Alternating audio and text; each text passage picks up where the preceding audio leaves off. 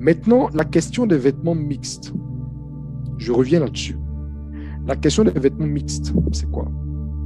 C'est que vous avez des types de vêtements pour lesquels vous aurez, par exemple, des coupes hommes et des coupes dames. Tout le monde me suit très bien.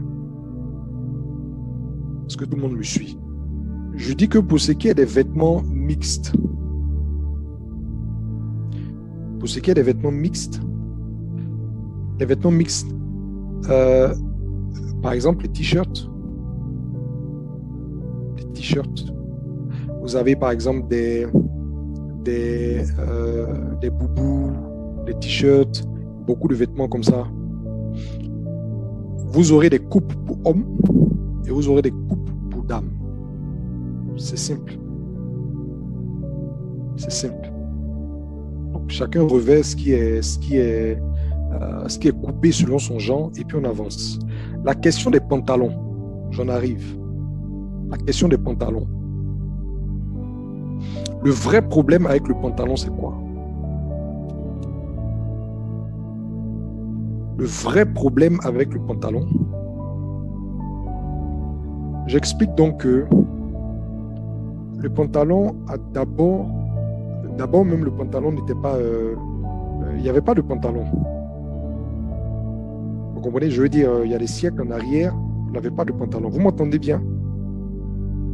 Vous me recevez bien? Oui, Il y a oui. des siècles, le pantalon est un vêtement récent. Il y a des siècles en arrière, il n'y avait pas de pantalon. Vous comprenez? Il y a des siècles en arrière, il n'y avait pas de pantalon. Les gens s'habillaient autrement. Bien des siècles en arrière. Et puis, avec le temps, le pantalon est venu. Mais quand le pantalon est arrivé, le pantalon était fait pour les hommes. Le pantalon était fait pour les hommes. C'était vraiment les hommes qui revêtaient les pantalons. Et dans la suite, les gens vont initier en fait des pantalons avec des coupes pour femmes. Vous me suivez très bien jusque-là?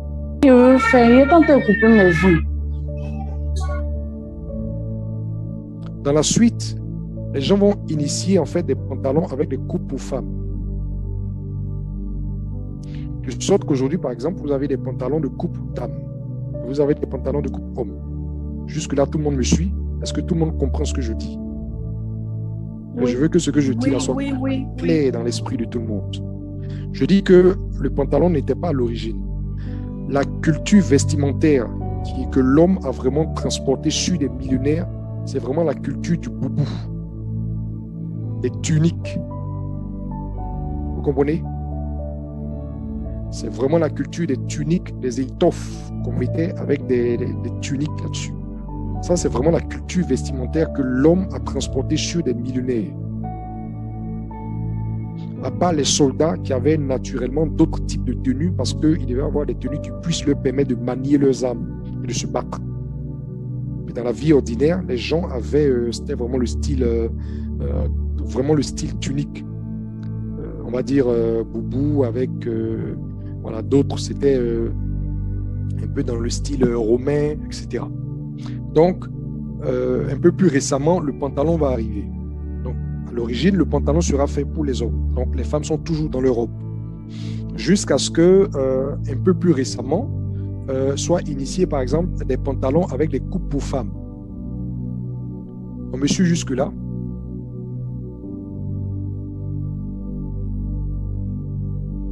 Très bien, très bien. Ah, c'est vrai que vos micros sont fermés, excusez-moi. J'oublie que vous ne pouvez pas réagir directement. D'accord? Quand je demande si on me suit, une ou deux personnes peuvent ouvrir le micro pour me dire que vous suivez. Donc, on va initier des pantalons avec des coupes pour dames. Et donc, aujourd'hui, vous allez avoir, par exemple, des hommes qui ont des pantalons pour hommes et des femmes qui ont des pantalons pour coupes pour femmes. Le vrai problème avec le pantalon pour les femmes, c'est quoi?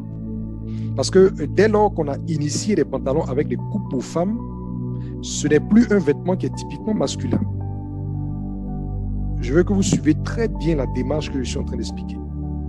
Dès lors qu'on a initié des pantalons avec coupe pour femmes, ce n'est plus un vêtement qui est typiquement pour hommes. Mais le problème avec le pantalon, c'est quoi? C'est que le principe même du pantalon, c'est que c'est quelque chose qui est vraiment près du corps, en fait, par rapport aux jambes et aux fessiers. ouvrez vos micros. Je veux qu'on échange. Je veux qu'on me réponde à mesure que je parle. Oui. Je veux que deux ou trois personnes voient là. D'accord, homme de Dieu, on t'entend bien. Voilà.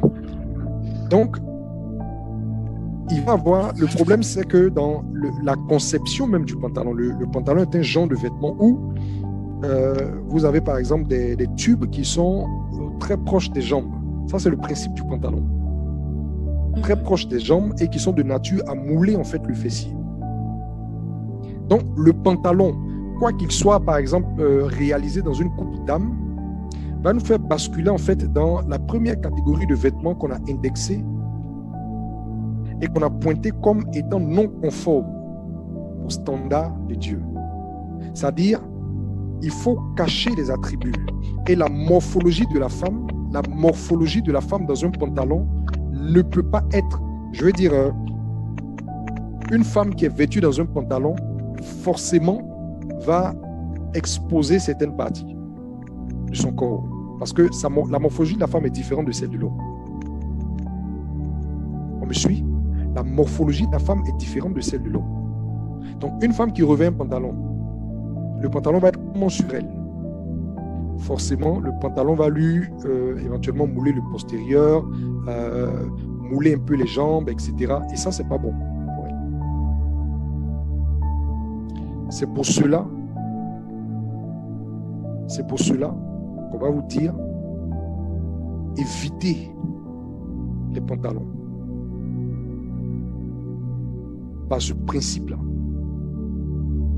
Parce que dès lors qu'il y a des pantalons qui sont en coupe d'âme, ce n'est plus un vêtement d'homme que vous avez.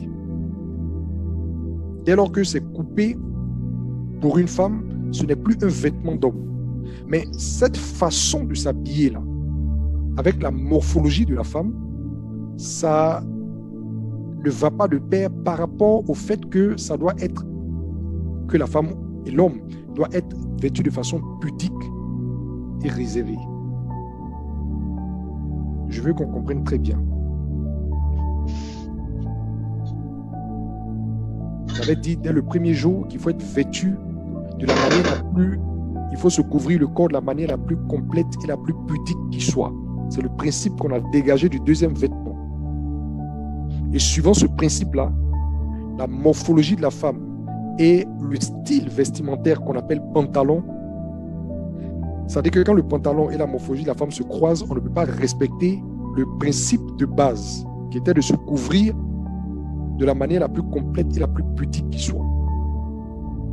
Sinon, si le pantalon est réalisé dans une coupe de dame, on ne peut plus dire que c'est un vêtement d'homme. Parce qu'il bascule, dès cet instant, il bascule dans le genre de vêtements qui sont neutres, c'est-à-dire des vêtements qui, il y a une façon de le couper ou de le confectionner pour l'homme, il y a une façon de le confectionner pour la femme. C'est comme les boubous. Quand vous prenez les boubous, il y a des boubous qui sont conçus pour les femmes, il y a des boubous qui sont conçus pour les hommes.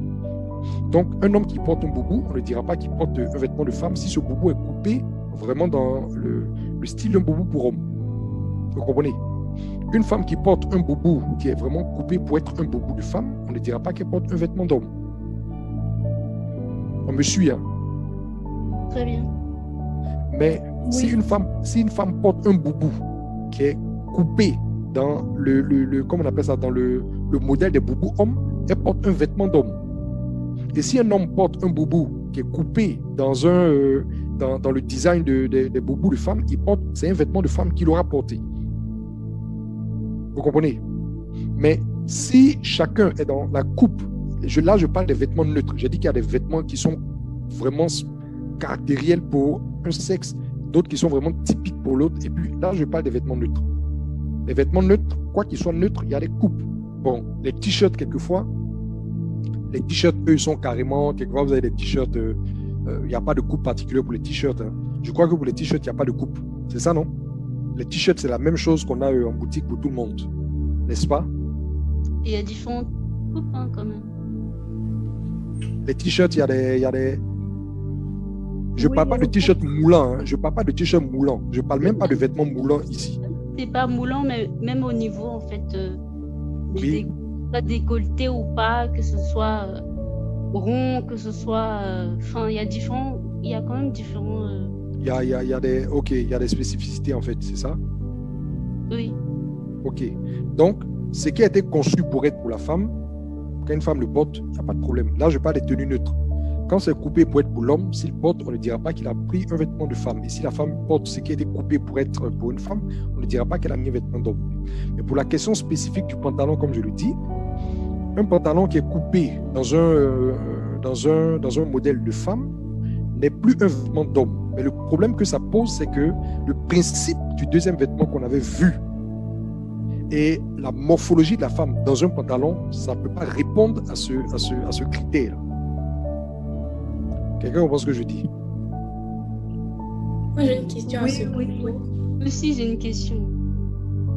D'accord. Ok.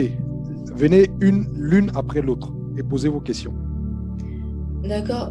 Moi, ma question, en fait, ça concerne... Parce que, comme on a dit, il y a des pantalons qui sont coupe-femme et homme. Oui. Maintenant, il existe des pantalons coupe-dame, mais qui ne sont pas près du corps, mais qui sont amples. Très bien. Je ne sais pas si... Oui, je t'entends. Oui. Je t'entends. Dans ce contexte-là, est-ce que c'est toujours prohibé encore? Enfin, pas prohibé. Non. En gros, est-ce que c'est pas prohibé, mais est-ce que c'est... Est-ce que c'est indécent de vêtir ça? Les pantalons que je vois, parce qu'on parle sur expérience et on parle pas de théorie. À part les Chinoises. Oui, il faut qu'on soit très pratique, il faut qu'on soit très pragmatique. À part les Chinoises, qui souvent, vous allez les voir avec, on va appeler ça aussi des pantalons, mais qui sont vraiment évasés. C'est vrai. Dans le système africain occidental, je ne vois pas ce genre de pantalon. Il faut qu'on soit... Parce que ce que vous appelez... On voit ça de plus en plus maintenant. Si, ce ça... que vous appelez... J'arrive. Ce que vous appelez... comment on appelle ça? Ample. Ce que vous appelez ample. Ce que vous appelez ample, c'est l'amplitude. Je veux dire... vous voulez dire que ce n'est pas plaqué, c'est ça que vous voulez dire? Oui, c'est pas... ça ne sert pas en tout cas les parties... C'est vraiment... Moi, enfin, en tout cas, l'idée que j'ai, parce que c'est des choses qu'on voit maintenant qui sont... Et du coup, souvent même, on appelle ça aussi chinois, en griffe. Mais c'est pas que c'est pas plaqué, mais c'est pas... C'est je sais pas à la taille, c'est comment? À la taille, c'est comment? Vraiment, c'est... Je sais pas si quelqu'un peut mieux expliquer, mais... Je vais vous expliquer un principe. Vous savez le pantalon. Attendez, je vais vous expliquer le pantalon. Je vais vous expliquer le pantalon. Vous savez quel est le problème avec le pantalon? Le problème avec le pantalon, c'est que comme ça rentre entre les jambes, au niveau du fessier, un pantalon ne peut pas être évasé au niveau du fessier parce que ça rentre entre les jambes. Vous comprenez ce qu'il dit? Voilà. Ça veut dire que le principe de ce vêtement-là, ça rentre, comme ça rentre entre les jambes, voilà, jusqu'à une fermeture, même s'il n'y a pas de fermeture, etc. Comme ça rentre entre les jambes, ça ne peut pas être évasé au niveau du fessier comme une jupe. Ce n'est pas possible. Parce que ça doit rentrer entre les jambes, ça doit passer entre les jambes. Donc, naturellement, ça doit mouler le fessier. Vous comprenez? Oui. En fait, ce que je suis en train de vous expliquer ce soir, c'est quoi? Je veux généralement, on va proscrire le pantalon parce que on va dire que c'est un vêtement d'homme. Généralement, c'est la raison pour laquelle le pantalon se trouve proscrit. Parce qu'on dit que c'est un vêtement d'homme. Maintenant, je suis en train de vous expliquer que si on va dans la rigueur des choses, il y a des vêtements typiques pour un genre, il y a des vêtements typiques pour un autre genre, et il y a des vêtements neutres. Les vêtements neutres, c'est quoi? Les vêtements neutres, c'est des vêtements pour lesquels vous aurez le même vêtement, vous l'aurez en coupe homme et en coupe dame. Vous comprenez? Est-ce que vous comprenez ce que je dis? Oui. Le même vêtement, vous l'aurez en coupe homme et en coupe dame. Si bien que si vous avez une femme qui a mis le vêtement et qu'elle a mis en coupe dame, vous ne dites pas qu'elle a porté un vêtement d'homme. Ou si vous avez un homme qui a son vêtement et qui est en coupe homme, vous ne direz pas qu'il a, comme c'est un boubou, donc il est habillé comme une femme. Non. Est-ce que vous comprenez? On me suit? Maintenant, le problème du pantalon, dès l'instant où les stylistes et tout ce que vous voulez ont initié une coupe d'âme, on ne l'indexe plus comme un vêtement pour homme. Mais c'est que dans le principe même de la conception de ce vêtement, parce que ça passe entre les jambes, vous ne pouvez pas avoir quelque chose qui soit loin, qui ne soit pas moulant, au niveau du fessier au moins, ne serait-ce que ça. Et donc, voilà. Et donc, du coup, ça ne correspond pas au principe ou à la norme qu'on a établie dès le commencement de notre étude, sur le principe que se vêtir consiste à se couvrir le corps de la manière la plus chaste. Enfin, la manière se couvrir, la manière la plus complète et la plus pudique qui soit. N'oubliez pas le principe qu'on a établi au commencement. Oui. Vous comprenez? Parce que c'est ça qui est notre norme. Hein. N'oubliez pas que c'est ça qui est notre norme. Et puis, on est en train d'évoluer. On a vu les dérivations, enfin, comment le diable a corrompu le vêtement sur 3 axes. Et maintenant, on est en train de voir le problème du travestissement. Donc, on a abordé la question du travestissement. On a dit que Dieu a horreur d'une femme qui va s'habiller comme un homme parce qu'elle veut paraître comme un homme, parce qu'elle veut se donner l'image d'un homme. Et tout à l'heure, j'ai donné la parole au frère Cédric pour qu'il parle, par exemple, du cas de cette jeune fille, et qui est un cas qui est vraiment courant. Et vice-versa, il y a des hommes aussi qui sont vraiment efféminés, etc. Et Dieu a horreur de ça. Cela est une abomination à ses regards. Pas question devant Dieu que quelqu'un d'un sexe donné veuille passer pour quelqu'un du sexe opposé ou se donne l'apparence de quelqu'un du sexe opposé. Vous comprenez ce que je suis en train de dire? Oui. Me suis jusque-là? Bien. Donc, ça, c'est le principe du travestissement. Maintenant qu'on a abordé maintenant la question des vêtements neutres, donc, on a dit que les vêtements neutres, il y en a qui sont en coupe pour femmes et il y en a qui sont en coupe pour hommes. Donc, si quelquefois un monsieur et sa femme, les deux sortent et les deux sont boubou. La femme, elle a son boubou dans la coupe d'âme et le monsieur a son boubou dans la coupe homme. Il n'y a pas de problème. On ne dira pas de l'homme qu'il a mis un vêtement de femme ou de la dame qu'elle a mis un vêtement d'homme. C'est évident. On est d'accord. Et ça peut être, par exemple, un tricot. Ça peut être tout ce que vous voulez, mais tant que chacun, même dans le vêtement neutre, respecte la coupe qui correspond à son genre, on ne peut pas dire qu'il a vêtu le vêtement du sexe opposé. Maintenant, je suis venu sur le cas typique du pantalon, parce que ça, c'est un cas typique.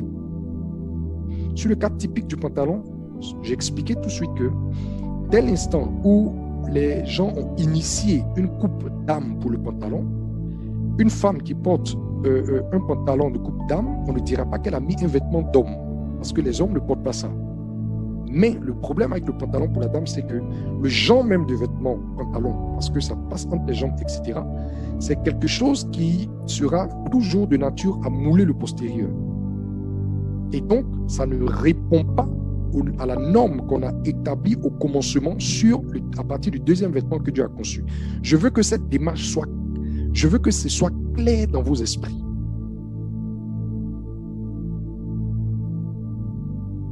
D'accord. Est-ce que c'est clair? Oui, j'ai une question. C'est clair. Pas vraiment une question. Amen, homme de Dieu. Avant les questions, qui veut poser la question? Pasteur Ismaël, tu voulais poser une question?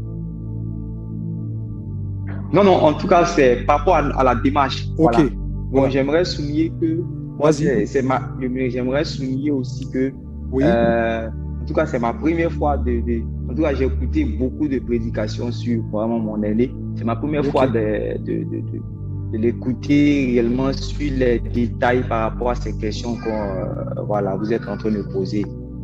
Je peux dire que vraiment, c'est la même démarche aussi que j'adopte pour pouvoir expliquer ces choses. Voilà. Très bien. Pour expliquer ces choses. Parce qu'on a très souvent l'habitude de dire le passage de Deutéronome que le docteur a pris tout à l'heure, quand on parlait de travestissement. C'est-à-dire que quelqu'un, il voit un vêtement, une robe que certaines sœurs ont porté ici. Et puis toi, en tant qu'homme, tu mets ce vêtement-là, tu vas paraître comme une femme. Et puis là, tu deviens une abomination à l'Éternel. Très bien. Il faut une femme aussi, qui va, voilà le vêtement que j'ai mis ici, qui va se mettre là-dedans. Vraiment va paraître comme un homme. Là, on parle de travestissement. Maintenant, il y a le standard qui a été établi dans le commencement de l'enseignement. Le standard, c'était que l'homme et la femme devaient s'habiller de la manière la plus pudique. voilà, avec la décence, la modestie et surtout la pudeur. Donc, moi, on m'avait aussi posé également les questions. Vraiment, faut dire que, vu que ça fait débat, et sur le principe de la pudeur, en tout cas, la plupart même des pasteurs, même des personnes avec qui j'ai eu à échanger vraiment dans beaucoup de courtoisie, quand j'ai déposé, en fait, j'ai mis sur la table le standard de la pudeur. En tout cas, à ceux qui ont été honnêtes, on dit véritablement, il y a problème. C'est-à-dire que avec le pantalon, parce que pour pouvoir respecter, c'est-à-dire que ce principe-là, avec le pantalon, ça sera vraiment très difficile. Voilà, ce sera difficile. Donc, c'est comme ça que, sinon, moi, quand je parle, je dis pas, voilà, ça c'est un vêtement dont tu vas aller en enfer, ça c'est un vêtement de... Non. C'est pour cela que quand j'écoutais bien le docteur, la démarche, j'ai vu que réellement, c'est en tout cas que le Seigneur nous aide. Voilà, c'est ce que je voulais dire avant qu'on puisse continuer. On poursuivre. Très bien. D'accord. Donc, il y a quelqu'un qui voulait poser une question, c'est ça? Oui, moi. La sœur Cathy. Enfin, c'est pas vraiment une question. Hein. Non. Qui veut poser la question? La sœur Cathy, c'est ça? Moi, la sœur Francesca. Ok. Là, la sœur Cathy, c'était quoi? Toi, c'est pas une question, tu voulais dire quelque chose? Francesca, attends. Hein. En fait, ça peut être une question, mais... Ok, bon. Si tu n'es pas prête, on va laisser la sœur Francesca poser peut-être la sienne, c'est ça? Oui. Ok, d'accord. Ok, moi je voulais poser une question concernant le domaine du travail, au fait. Moi, dans le domaine dans lequel je travaille, on porte des pantalons, mais les pantalons qu'on porte, c'est pas des pantalons typiques qui épousent vraiment les formes de la femme. Ce sont des pantalons coupe droit. C'est pareil pour les hommes et pour les femmes parce que c'est dans le domaine hospitalier pour pouvoir bouger, au fait. Absolument. Donc là, ça pose problème ou pas? Ça pose pas de problème. Pourquoi ça pose pas de problème?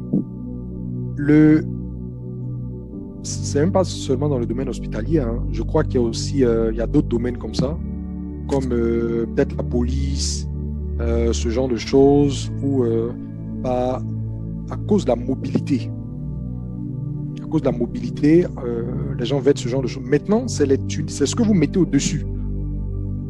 C'est ce que vous mettez au-dessus. Je crois que vous mettez des blouses au-dessus. Oui, des blouses qui vraiment cachent tout, au fait. Masquent voilà, tout. Très bien.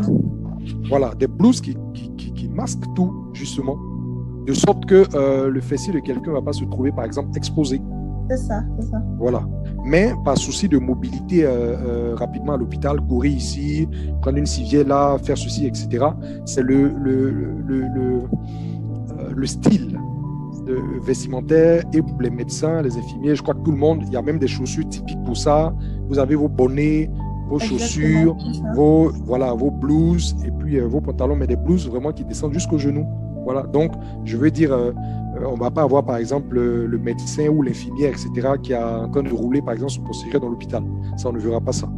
Voilà. Donc, je crois qu'il y a déjà un minimum de décence qui est respecté là. Un minimum de décence qui est respecté là. Donc, voilà, il n'y a pas vraiment de problème. C'est vraiment quand on va porter ce que les gens portent dehors, là, parce que ce style-là, personne ne va s'habiller comme ça dehors. Aucune femme ne va s'habiller comme ça dehors. Si. C'est pas... Non. Comme une infirmière, comme une infirmière.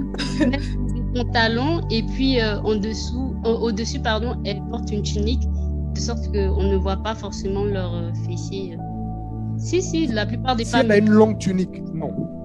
Si elle a une longue tunique qui couvre vraiment son corps, qu'elle ait mis un pantalon évasé en dessous, c'est pas vraiment un problème. Si elle a vraiment mis une tunique qui couvre son corps, il n'y a pas de problème. C'est comme un boubou qu'elle a mis dessus. C'est bon? Oui. Voilà. Mais quand les gens vont aller, par exemple, spécialement chez le tailleur pour se coudre un pantalon, c'est parce qu'ils veulent montrer le pantalon. N'est-ce pas? Généralement, quand les gens vont aller coudre un pantalon, c'est parce que elle veut, voilà, elle a un modèle de pantalon qu'elle veut exhiber. Sinon, personne ne va aller dépenser, par exemple, de l'argent chez un tailleur ou d'un modèle spécial de pantalon si c'est venir mettre un boubou là-dessus, ou bien venir mettre une tunique. Sinon, effectivement, il y a des petits trucs. Justement, on parlait des pantalons chinois. On parlait des pantalons chinois tout à l'heure, Laurelia. Justement, sur ces pantalons chinois-là, les gens mettent des tuniques. Les gens mettent des tuniques. Oui. Voilà. Et ça, normalement, ça ne pose pas vraiment de problème. Parce que déjà, même, c'est assez évasé. Et puis, avec des tuniques là-dessus, ça ne pose pas de problème. Le corps est vraiment couvert. La personne est vraiment dans une posture qui est pudique, qui est comment on appelle ça, la personne est vraiment couverte. Et puis, elle est vraiment vêtue de façon pudique, il n'y a pas de souci. C'est généralement même sur ces pantalons chinois que les gens mettent des tuniques.